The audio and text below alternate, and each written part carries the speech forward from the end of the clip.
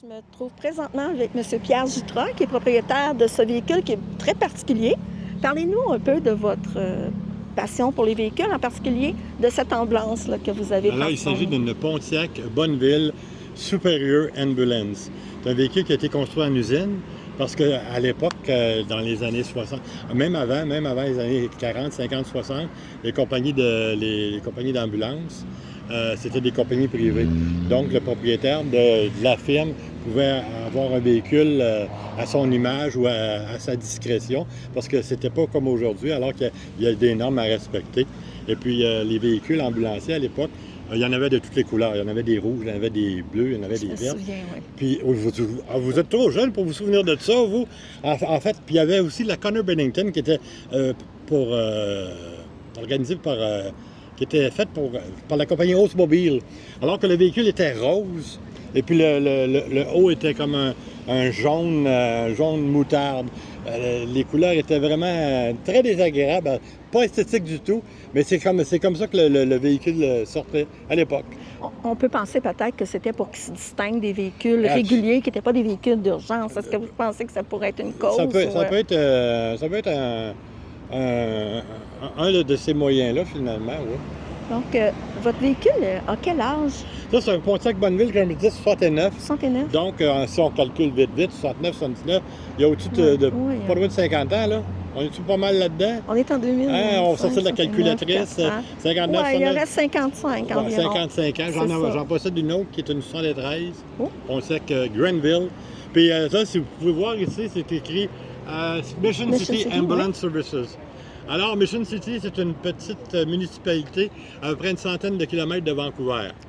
Donc, c'est un véhicule qui vient de Colombie-Britannique. Et puis, si on veut se procurer un tel véhicule, on va soit du côté de l'Ouest canadien, ou bien soit aux États-Unis, qui sont soit dans des états lamentables, ou soit dans des prix extrêmement exorbitants, avec le taux d'échange et tout. C'est quelque chose qui est pas facile à obtenir. Puis moi, j'ai eu l'immense chance d'avoir un contact qui s'appelle Martin Harvey, qui lui demeure dans le coin du Lac-Saint-Jean, à Alma plus précisément, qui lui possède un véhicule semblable à ça, une année plus vieille, c'est une 67 que lui a. En fait, c'est 2 ans plus vieille. Et puis, à chaque fois que je le voyais dans des expositions, parce que j'allais souvent du côté de Québec, tout ça, puis il descendait du Lac-Saint-Jean pour les expositions. Puis à chaque fois que je le voyais, hey, j'ai le cash, j'aveux ton ambulance. Alors, de guerre lance, il m'appelle une journée, je lui dis, Pierre, ça fait longtemps que tu vas avoir une ambulance, j'en aurais peut-être une pour toi.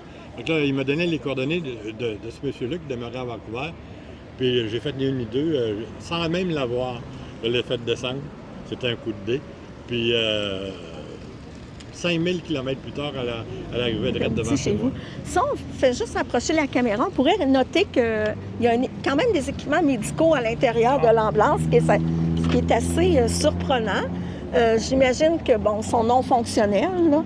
Tout est fonctionnel. Ils sont fonctionnels? Sauf qu'il n'y a pas d'air dans... il n'y a pas d'oxygène dans les... Mais si vous voulez, on va faire le tour du véhicule pour vous montrer les commodités. Vous pourrez même embarquer debout à l'intérieur du véhicule. Il y a même une patiente. Oui, on a même une patiente on l'a stabilisée.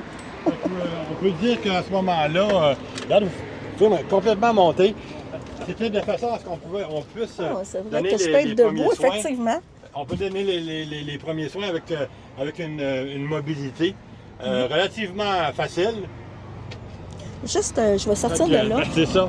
Fait que, à ce moment-là, tous les équipements étaient nécessaires pour donner les premiers soins aux patients lors d'accidents, parce que ça, on appelait ça un load and go. C'est-à-dire que les paramédics n'étaient pas formés comme aujourd'hui. C'est-à-dire qu'on embarquait le patient, on le stabilisait pour l'amener le plus rapidement possible à l'hôpital. Ce qui est une autre façon de travailler aujourd'hui. Ils vont prendre plus de temps pour donner les premiers soins puis stabiliser. Mais là, c'était un load and go. Tu embarques ça puis tu vas directement à l'hôpital. C'est pour ça que le véhicule est extrêmement confortable. Puis la tenue de route est vraiment exceptionnelle là-dessus. C'est bien. Est-ce qu'on s'est déjà approché pour que votre véhicule fasse partie d'une série, par exemple, ou d'un film? Parce qu'il est quand même particulier, là.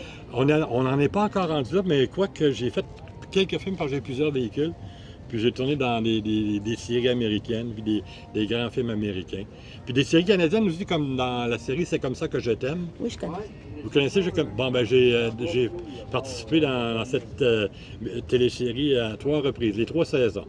Puis à un moment donné, on les appelait les sexistes, alors que c'est Xavier Dolan et un autre comédien qui conduit ce véhicule. C'est assez spécial. C'est vraiment intéressant comme résultat. Je suis vraiment impressionnée là, par l'état des fournitures. C'est vraiment bien conservé. Bien, merci beaucoup. Ça m'a vraiment impressionnée, je vous dirais, le venant du secteur de la santé. Là. Ah, OK, oui, ouais. Bien, c'est ça. Une particularité, on va faire ça vite parce que je pense qu'on va peut-être manquer de temps à un moment donné. Mon autre ambulance, il y a une espèce de petite porte ici, là. Juste ici sur le côté, là, qui se rouvre. Et à chaque fois qu'il y a un paramédic, parce que c'est sûr et certain que c'est un aimant paramédic, parce qu'ils veulent voir comment ça se passait dans le temps, et surtout que c'est un véhicule qui est original à 100%. Là, je l'ai fait asseoir ici, puis je lui ai dit, moi j'ai un accessoire dans mon ambulance que tu n'as pas dans la tienne. Là, il me regarde d'un air susceptible. C'est quoi? Fait que là, je vais faire ouvrir la petite porte, puis c'est un cendrier. Oh! Fait qu'à ce moment-là, on fumait dans les ambulances à ce moment-là. À côté de la bonbonne d'oxygène, rien de trop beau.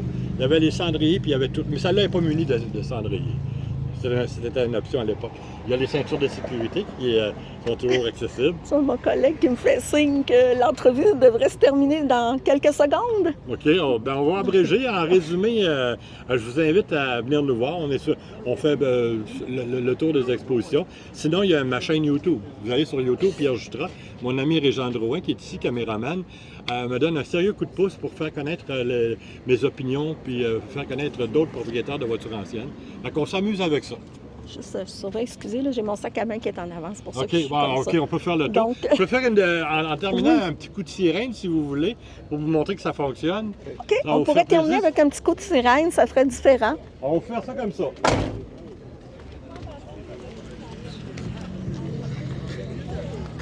Et puis là, ah ouais, là, fiou, je commence à avoir peur.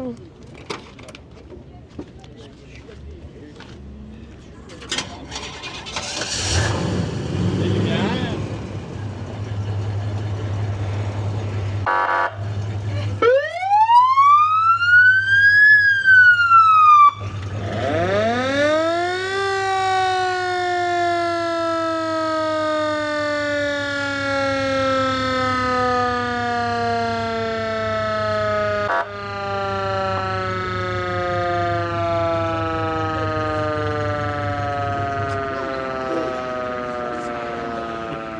C'est bien que ça se passait dans le temps. Je vous remercie beaucoup pour votre temps. Ça fait plaisir. C'était Martine Dallaire au 4857 boulevard Bourg-Sherbrooke, au regroupement des amateurs de beaux véhicules.